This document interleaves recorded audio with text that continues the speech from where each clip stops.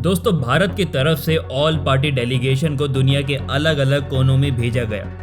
तो ये 59 members, 7 delegations और वो भी 31 पार्टियों से ये अलग अलग छोटे छोटे देशों अल्जीरिया, गयाना, स्लोवानिया, लाताविया, बहरीन का दौरा तो कर रहे हैं। तो एक सवाल ये था कि डेलीगेशन बड़े शक्तिशाली व समृद्ध देशों का दौरा क्यों नहीं कर रहे हैं।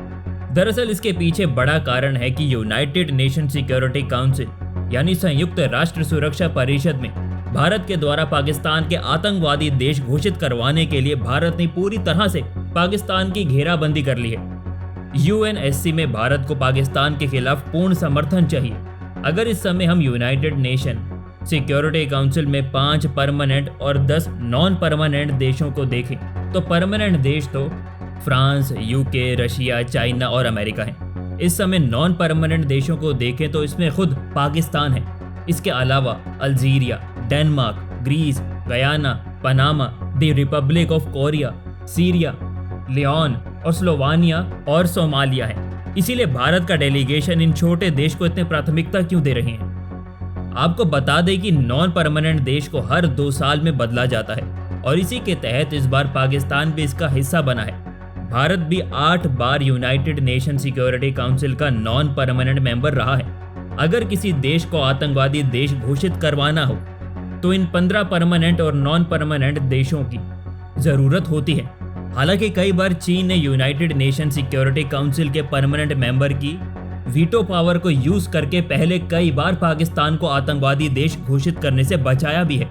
लेकिन इस बार हम आपको बता दें कि इतना आसान नहीं है। अगर यूनाइटेड नेशन के 13 देश एक तरफ खड़े रहते हैं और अकेले चीन और पाकिस्तान दूसरी तरफ खड़े रहते हैं तो इससे चीन के ऊपर भी यह आरोप लगेगा और वो भी बदनाम होगा कि चाइना आतंकियों को समर्थन देता है और इससे चाइना भी एक्सपोज हो सकता है। तो ऐसे में हर बार चीन वीटो करके पाकिस्तान को नहीं बचा सकता और वो ज्यादा से ज्यादा वोट ना करने का फैसला ले लेगा।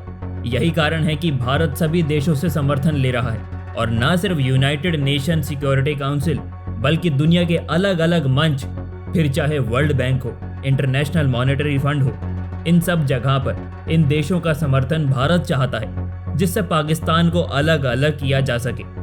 हालांकि दोस्तों, ऐसा नहीं है कि भारत का डेलीगेशन सिर्फ नॉन परमानेंट देशों या सिर्फ परमानेंट देशों के पास ही गया है। भारत का यह डेलीगेशन कुल 33 देशों का दौरा कर रहा है जिसमें यूरोपियन यूनियन भी शामिल है।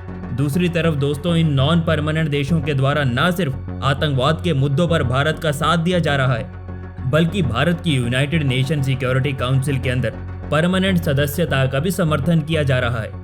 और इसी के तहत पनामा ने भी ऐसा ही किया। पनामा ने कहा है कि भारत को यूनाइटेड नेशन का परमानेंट सदस्य देश होना ही चाहिए। अब आने वाले समय में यह देखना इंटरेस्टिंग रहेगा कि आखिर कब तक चीन पाकिस्तान को बचाता है। अब कमेंट सेक्शन में हमें आप बताइए कि आपके हिसाब से 5 परमानेंट और नॉन परमानेंट देशों में से कौन सा देश आपको लगता है कि भारत का साथ नहीं दे सकता। धन्यवाद।